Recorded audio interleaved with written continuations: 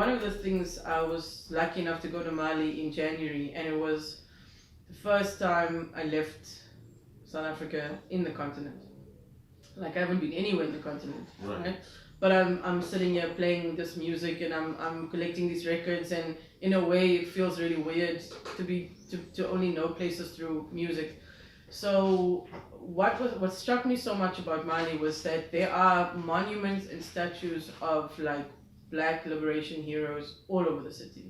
Like, you have like Kwame Nkrumah like in the middle, and I got so excited to see them. And I was like, why am I so excited to see something that's like static, like just a metal thing? But I think it's because of just it shows the bigger community's understanding of these figures and connection to them. Whereas in South Africa, we have like the biggest isolation from the continent. So I think that's the thing, is that because of the colonialism and apartheid, we have such a big disconnect to the continent. And that's also realizing that a lot more now. So I've been doing a lot of, in terms of writing and journalism, I've been doing a lot of articles recently that revisit apartheid. Well, and I say revisit because I think that, again, there was a lot missing from our education system, and only certain things were taught as opposed to what was left out. So I think looking at the effects that still exist today is really like what I've been doing. So I've been revisiting that through like politics, but also through music, and that has also like enabled me to realize how disconnected, like how South Africa was set apart, is really like a lot of times we are kind of like completely isolated in mind to the rest of the continent, because there's no shared language. There's a lot of things that set us very, very like apart, and keep us separated in mind and excluded. And then South Africans get this type of exceptionalism, that things happen here to us and not anywhere else. That's another thing about us that like it really annoys me, is that like when I went to Mali, it's like South Africa is the America of the continent. Because people are sitting there watching soccer on DSTV, there's like no paved roads or like, but nobody's, life is peaceful. And I realize the arrogance that we have, even though we are suffering. There's a type of exceptionalism that comes with South Africans, that everything bad happens and it only happens here. Look, it's just my opinion, but I really think that like there needs to be a big move of South Africa reaching out to the rest of the continent and reconnecting, because during the 60s there were a lot of connections in terms of like liberation struggles, and also again back to the colonial mentality of people don't consider overseas.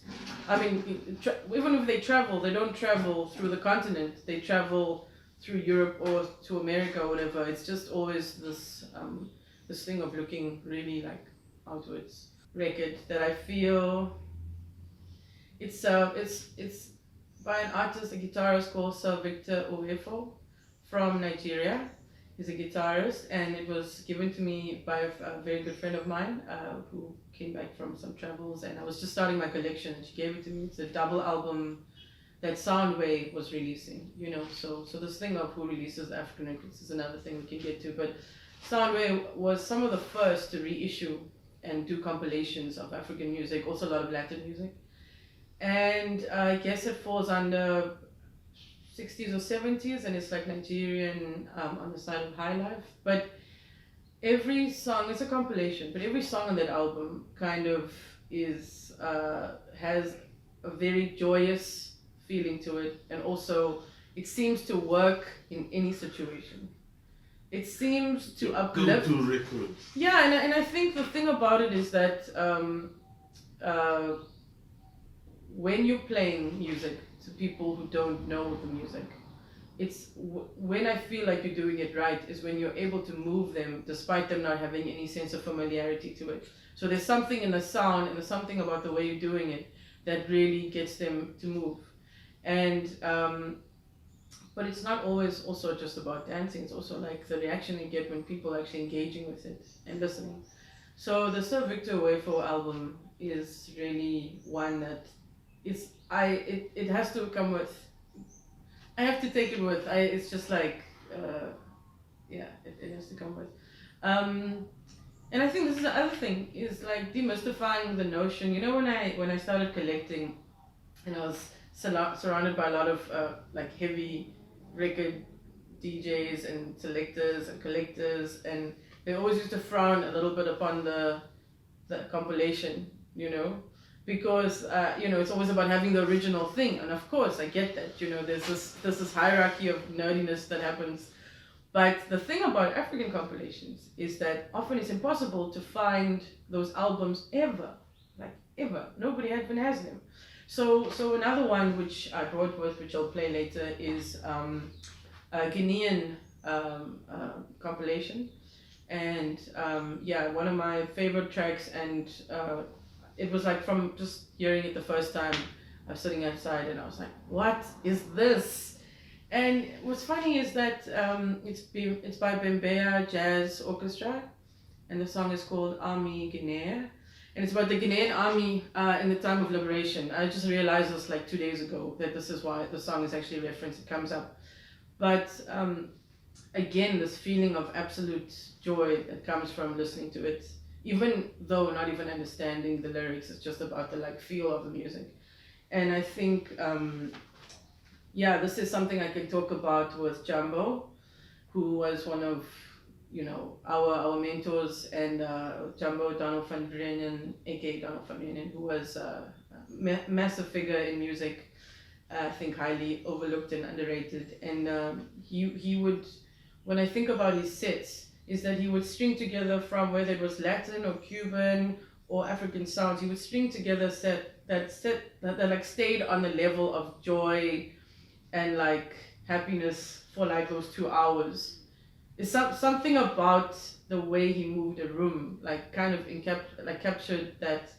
And yeah, and I think he explored these types of sounds also. So it's I guess it's direct mentorship, because we all learning, right? And I think this is another thing, coming back to the South African thing, is that like there's so much music in the continent, there is so much, and it is really like finding treasures. You know, learning about Ethiopian music was amazing for me. You know, learning about Somalian music, that was another like very interesting find, or the discovery, if I have to say, use the word, but really just learning about the fact that a lot of old Indian music filtered into Somalia. So a lot of the music in Somalia in the 60s and 70s have the types of the singers, the voices are very high pitched, kind of like in Indian music, but it's actually from Somalia, but it's like you wouldn't even know that. And then there's also Orchestra Baobab from Senegal, that has like a massive, if you listen to it, you think you're listening to Cuban music, you know, so that connection. And this was also like pre-internet time, you know, the way that information spread was like very slow. So how did these sounds all happen at a time when information was not that instant? How did sounds spread? And you know, then there's also Moroccan Gnawa music, which I'm really into. Like when I started collecting, it was just to see the process of collecting. It has levels. So first it's like, this was pre-owning a record player and taking it very seriously. It was like, wow, what is this object? Why do I like it so much? I don't know. I can't even listen to the music, you know. And then when you start taking it a bit more seriously, it's like, oh, like picking up things just based on the album cover, you know, just based on a sound that you enjoy. It's not so serious. But once you start getting, and then it's like, oh, I need some soul, and I love dub, so I should try and find some dub, and like I really love reggae, and then you end up with these kind of different sections of your collection. But once, I think for me, I reached a level where I was like, if I'm gonna spend money on this stuff, and I'm gonna spend time looking and listening, then what I want to do is really focus on South African and African music, because there's so much. And because of the apartheid situation, any music that was considered good, or any black music really, a lot of black music was banned. Anything that referenced liberation was discarded or not played here.